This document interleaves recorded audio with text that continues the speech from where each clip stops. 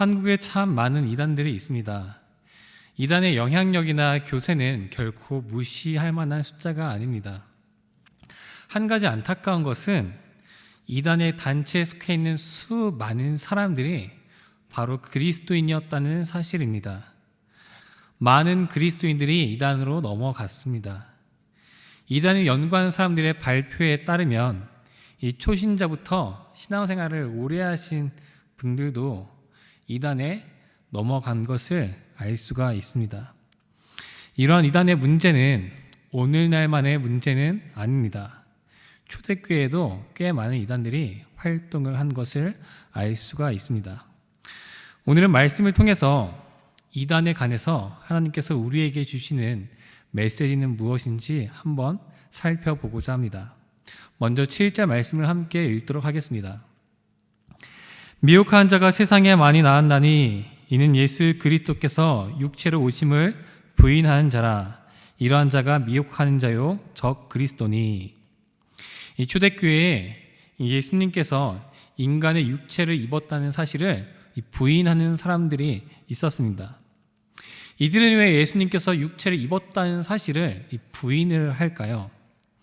당시에 이 영은 선하고 육체는 악하다라고 하는 이런 사상의 흐름이 있었습니다. 이러한 사상을 가리켜서 영지주의라고 합니다. 또한 이러한 사상을 따르는 자들을 가리켜서 영지주의자라고 부릅니다. 이 영지주의자들의 그 주장에 따르면은 그리스도께서는 인간의 육체를 입고 오실 수가 없습니다. 그 이유는 예수님은 거룩한 존재이기 때문입니다.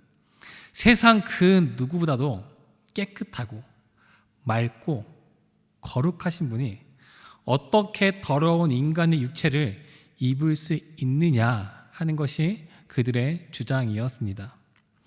이 영지주의자들의 주장에 대해서 반기를 드는 사람도 있었습니다. 바로 예수 그리스도의 그 사역과 부활을 실제로 경험한 사람들입니다. 무슨 소리냐? 내가 예수님을 봤다.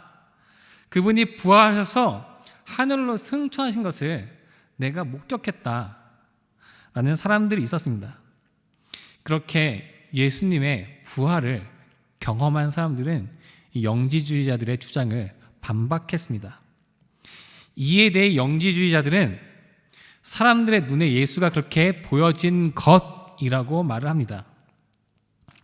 예수의 활동과 이 사역, 그 부활과 승천이 사람들의 눈에 그렇게 보였을 뿐이란 것입니다. 이러한 이론을 가리켜서 가현설이라고 합니다. 눈으로는 그렇게 보였지만 실제로 존재하지 않았다는 것입니다. 예수가 활동한 것이 사람들의 눈에 보였지만 실제로 예수는 육체적으로 존재하지 않았다라는 것입니다. 초대교회에 이런 이단들이 참 많았습니다. 그래서 요한은 그의 편지에서 미혹한 자가 세상에 많이 나타났으니 너희는 스스로 삼가서 우리가 일한 것을 잃지 말고 온전한 상을 받으라 이렇게 권면을 합니다. 이 영지주의자들을 가만히 살펴보면은 이단들이 실제로 어떻게 활동하는지 잘 볼 수가 있습니다. 이단은 한자어로 다를리 끝단 이렇게 씁니다. 그래서 우리는 이단들을 가리켜서 끝이 다른 존재다라고 말합니다. 이 끝이 다르다는 것을 뒤집어서 생각하면 무슨 뜻일까요? 이 처음은 같다는 것입니다. 처음은 같은 것처럼 보인다는 것입니다. 여기에 바로 이단들의 전략이 있습니다. 이단들은 처음부터 아주 다른 것처럼 다가오지 않습니다. 나도 예수님 믿어. 너도 예수님 믿지? 나도 예수님 믿어. 라고 하면서 다가옵니다. 그런데 우리 한번 생각을 해보자고. 하나님은 정말로 선하시고 위대하신 분이잖아.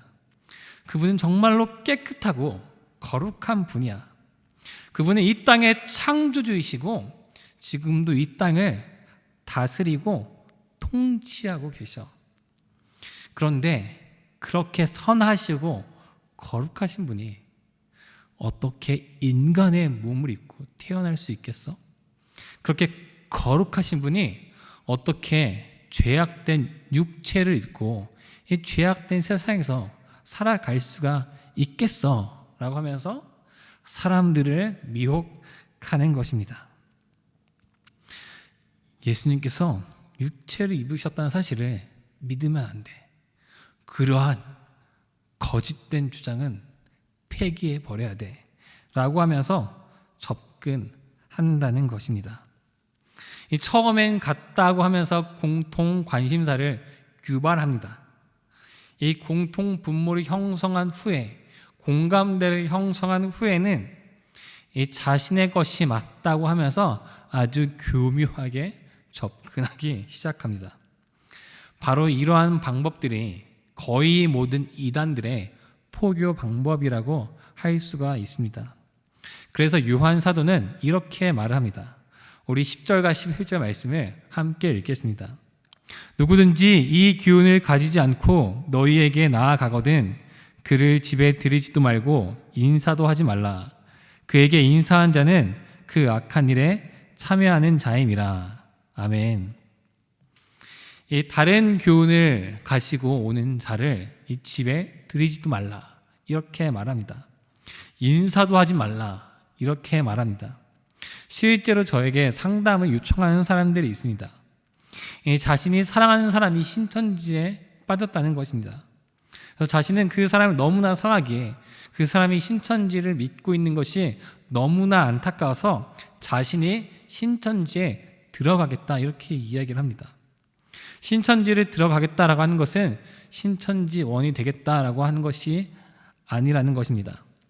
신천지에 들어가서 그들이 무엇을 가르치는지 자신이 공부하고 이제 판독을 한 후에 자신이 사랑하는 사람을 끌어내겠다라고 하는 것입니다. 굉장히 위험한 방법입니다. 전문가의 도움을 요청하는 것이 현명한 방법입니다. 본인 스스로 그렇게 해보겠다라고 하는 것은 진짜로 위험한 방법이라서 저는 절대로 안 됩니다라고 하면서 끝까지 말립니다. 이 실력이 없어서 싸우면 안 된다라는 것이 아닙니다. 하나님께서 피하라고 했기 때문에 피해야 한다는 것입니다. 예나 지금이나 이단들의 도전은 계속되고 있습니다. 이단들을 분별하기 위한 가장 좋은 방법은 무엇일까요? 바로 이 진짜를 확실하게 아는 것이 중요합니다.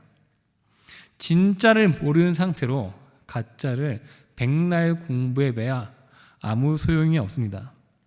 진짜를 알아야 가짜를 알 수가 있는 것입니다.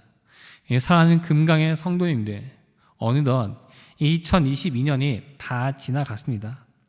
이 돌아오는 새해에는 하나님 말씀을 더 많이 읽고 더 깊이 묵상하고 공부함으로써 우리가 갖고 있는 이 기독교의 진리를 한층 더 체계적으로 쌓는 그런 한 해가 되기를 축원드립니다. 말씀을 생각하며 기도하겠습니다.